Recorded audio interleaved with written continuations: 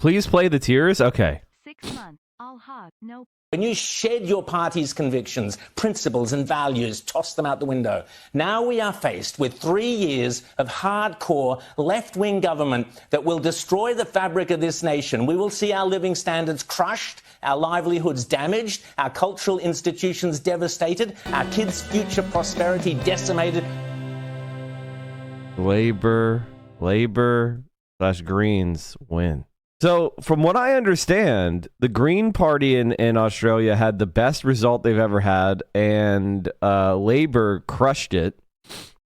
So it looks like a pretty resounding victory for left of center politics in Australia for the first time in goddamn a generation. So let's take a look at that. Let's give our thoughts and let's go from there. Where it appears the Labour Party will form Australia's new government. It's still not clear whether it will be a majority administration or a coalition, with minor parties such as the Greens, who have done well. It means the end of the leadership of Scott Morrison, and Anthony Albanese will be crowned Australia's Prime Minister. A few moments ago, Scott Morrison conceded. And so on a night like tonight, it is proper to acknowledge the functioning of our democracy. I've always believed in Australians and their judgment, and I've always been prepared to accept their verdicts. And tonight they have delivered their verdict, and I congratulate Anthony Albanese and the Labor Party, and I wish him and his government all the very best. So on the right wing in Australia, they have three major parties. They have the Liberal Party, the Liberal National Party, and the National Party.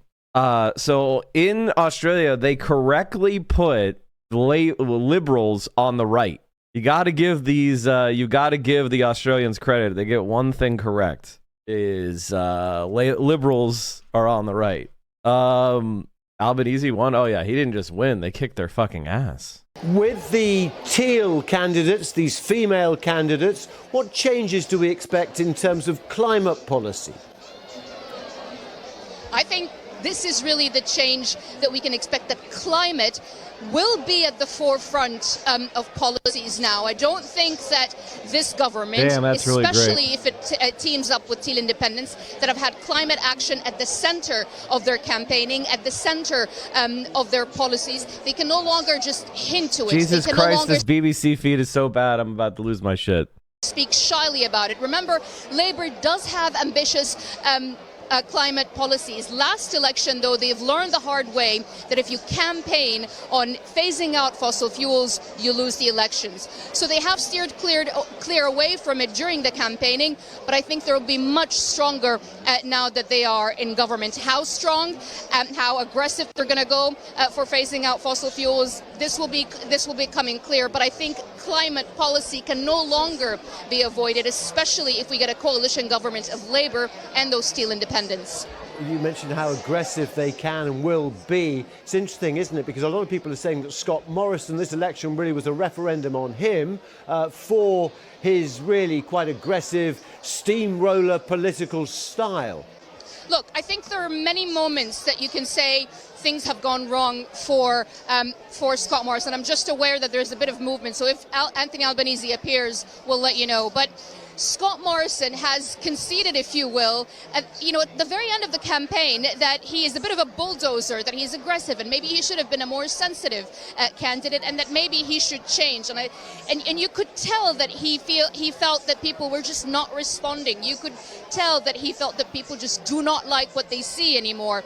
But I think also there was a big misstep, for example, in the way that he handled women issues. There was a moment of reckoning about a year ago when there was a great anger among women about sex misconduct allegations, rape allegations in the House of Parliament, and he was seen as just not empathetic. He said that I should handle this like a father, and many asked, well, why do you need to be a father to handle this? You needed to handle this like a leader. So women and the way that they've reacted to the Liberal government is actually a big story here. But of course as well, his backing of the fossil fuel industry, his refusing to outright say that he will phase out fossil fuels. And so I think climate-aware voters are wanting a change. People that I'm speaking to here are saying now that this government is in place, they need to do something about climate action. OK, Shaima, for now, thank you very much indeed. Well, I'm looking at the map right now. I'm looking at some results. They're all not complete in yet. It seems so. This was the way Australia works. We talked about this the other day, but they have like ranked choice voting and two party. So you have like you get to vote for the party you want to vote for, and you get to rank candidates or parties after that. So like you could vote for the Green Party, you could vote for the Socialist Party, you can vote for independence or whatever. And you never have to worry about, spoiler effect or anything like that. You can actually support the campaign, and you can make those, lesser of two evils decisions while also expressing your support for the candidate or the party that you actually believe in. Wow, it's almost like it's a rational system. Holy fuck, what is going on? So in the first party preference, the coalition wins with 35% of the vote. In America, they would have won because we have a first past the post system. The person or party that gets the most votes wins, right? Obviously, that's ridiculous. And as you can see, the Greens are doing well. Well, this is the national party tallies, right? And if you go down, basically Labor was absolutely crushing. I don't know why I can't find it. It looks like on the two major issues, more ambitious targets for emissions reductions has massively won. So it's a pretty exciting win for the left in Australia. All in all, I think probably one of the better results they've ever gotten, going back in quite a while. Let's see if we could get some right-wing tears. Labor's won. Tom Connell, thank you for that. The declaration, Sky News has called it. Labor has won. Murray Watt, whether it be minority, majority, how does it feel? Well, maybe I'm too cautious, but I'm not quite there. It's so dramatically bad. It's not even happy music. I'm so dying. Yet, but I think clearly the government that means Labor wins. That is evil music. Look behind you. I'm all for that. I suppose I'm just conscious there are still a few seats to come forward, but look, I mean, I think, as I said earlier. Damn, that was really like evil music. That was really evil music. Like, oh no, taxes may go up on the rich. Oh no. With 1,000 of his supporters chanting his name, or at least the more easily repeated abbreviation, Anthony Albanese is Australia's new Prime Minister. Hey, Tony! What you gonna do as Prime Minister, Tony? We're gonna get those waste management contracts. And Labour are back in power after their first win in a decade. Tonight, the Australian people have voted for change. I am humbled by this victory, and I'm honoured to be given the opportunity to serve as the 31st Prime Minister of Australia. It says a lot about our great country that the son of a single mum who was a disability pensioner, who grew up in public housing down the road in Camperdown,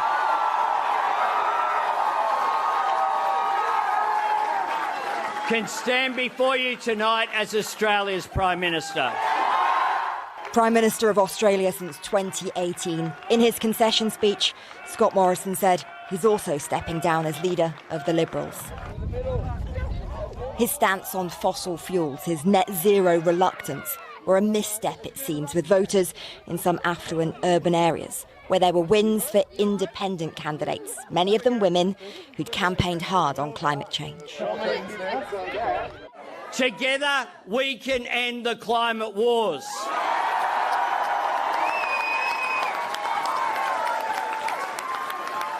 Together, we can take advantage of the opportunity for Australia to be a renewable energy superpower. Anthony Albanese is hardly a political newcomer. It was 1996 when he was elected to the House of Representatives. All the same, he says his win means Australia has voted for change. Well, earlier I spoke to the veteran Australian journalist Hugh Rimington of 10 News First. I asked him to explain what has happened in this election. What we've seen is a historic moment. There have only been 4 times that the Labor Party has achieved government from opposition in Australia since the Second World War. 1972, 1983, 2007, and again tonight, the Labor leader, Anthony Albanese, an interesting character, a sort of log cabin to the White House sort of figure. He was raised by a single mother with a disability in public housing in the fairly mean inner city streets of Sydney. He has risen now to become the 31st Prime Minister of Australia. What's really amazing is that Australia has the capability of just being like a green energy superpower. It is fucking crazy that they're not just building solar panels and building transmission lines to connect themselves with Malaysia or with the Asian continent. I know it's a long time, and inverse square law, they would lose some of the power, but they have so much empty desert. Why aren't they just like building like crazy and just selling their electricity to fucking China and Japan? That sounds like a very good business to be in. Somebody wanted me to show you this. Nobody. Australian election coverage. Now Scott Morrison and his appearance on 60 Minutes. So it is time to crank up the robot, crank up the baggage conveyor belt, go to Cuba and start sending them on their way.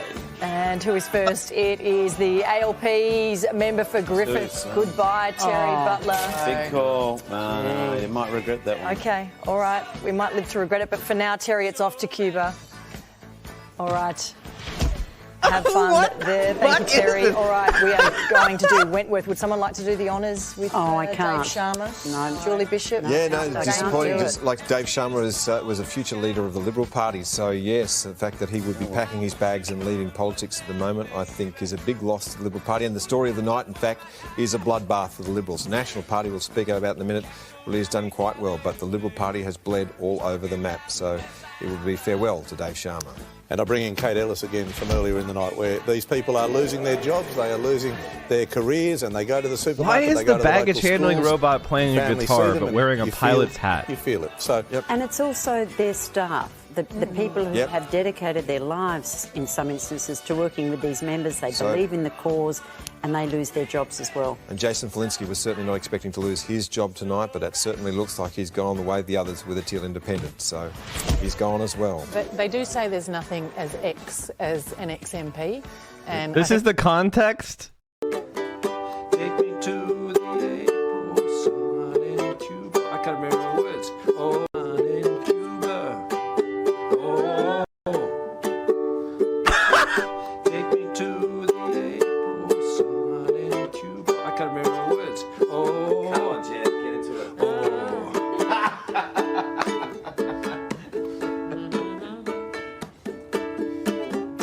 There we go. Wow, bro. So in other words, Morrison was playing the ukulele and they're mocking him? What is happening? I think that's true. The phone stops ringing, the hero has been. Australian culture, Blue is now also an incredible. ex-MP in the seat of Chisholm. One Labor was predicting to pick up, and certainly Gladys Lou, gone. Get her. Get. Okay. This tells That's a a very lot long of story libs about that the are getting Liberals, though. ukuleleed. It's Holy shit. Almost all Liberal seats. So Fiona Martin, Liberal seat of Reid, held on a narrow margin, expected to go, and also now packing her bags. And that was always one that Labor was confident about, wasn't it, Chris? Okay, here we go. The seat of Higgins, Katie Allen. Again, look, a great member, Katie Very Allen, talented, a doctor, very extremely professional. talented. Oh my God, these fucking news people. Is every single network in the entire world full of these both sides fucking lib pieces of shit? Fuck you. Another moderate Liberal bites Lose. the dust. Moderate Liberal. A lot of Get out. moderate. There was another funny video on this. Here's another channel. Zoe Daniel there, claiming the seat of Goldstein in Victoria, one of the many independents. It's the story of the night, really, isn't it, Mark Riley? The independents are making a sweep. It certainly is, yeah, the third way. And for the sitting member there, Tim Wilson, tonight his poor old Canberra bubble will be rising from our machine. Camera bubble? What the fuck is a camera It takes a long bubble? time, isn't it? And for Tim Wilson, let me get this. Tim Wilson, it is... Go on. Leaving the camera bubble, Tim Wilson. Burst. I feel a bit sorry for him, and I don't even know him. That's why you feel sorry for him. Oh, shit. Daniel there claiming the... Oh, shit. All right, that was pretty fun. Thank you, Australian politics, for being funny. Australian culture. This is the one from the previous election year? What is this? And on to the tip, onto the scrap heap. That's a cruel business, isn't it? Just Russell continues. Matheson, MacArthur, same treatment. Into the crusher and onto the scrap heap. Who'd go into politics? And on to the tip, onto the scrap heap. Morrison, Fuck, and that's so his appearance on stupid. 60 Minutes. You'll So- love to see it, honestly. You'll love to see it. All right, well, that was Australian politics. So I'll keep you updated to see if the Labour gets that outright majority or if they're a seat or two short. Oh, that's so fucking stupid, but I love it, man. I love it, dude. We should do more of that. We should do more of that. I want to see Henry Cuellar put into the crusher, you know? Sent into the scrap heap. Please play the tears? Okay. 6 months, all hard, no. When you shed your party's convictions, principles and values, toss them out the window. Now we are faced with 3 years of hardcore left-wing government that will destroy the fabric of this nation. We will see our living standards crushed, our livelihoods damaged, our cultural institutions devastated, our kids' future prosperity decimated because, despite every warning we gave you, Scott Morrison and the Bedwetters betrayed their Conservative base. And then they all lost their seats. Talk about instant karma. But there is a silver lining to this cloud. The Liberal Party under Peter Dutton has the chance to be a true Conservative mainstream party now that all the Bedwetters have gone. Personally, I can't wait for... check my diary. Early 2025. Put it in your diary too. Donald Trump will be sworn in as the next US president, or Ron DeSantis. Oh my God, the simping for America. Are you a lapdog? Are you a pathetic? You're a conservative, you fucking simp. You pathetic lapdog loser. Holy shit, dude. Australia, get your boy. He's oh my God. This is the guy who cleans the peep show booth with his tongue. Jesus Christ, get out of here, bro. Holy fuck. Can't tell if Australian fascist version of Bill. I mean, just give me a fucking break, dude.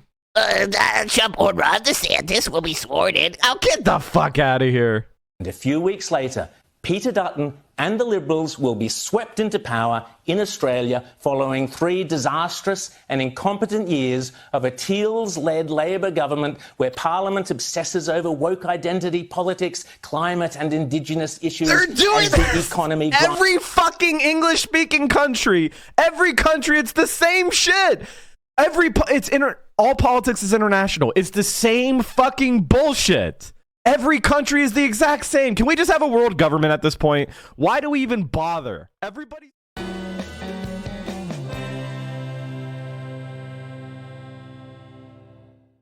You have an obligation to like, comment, and subscribe.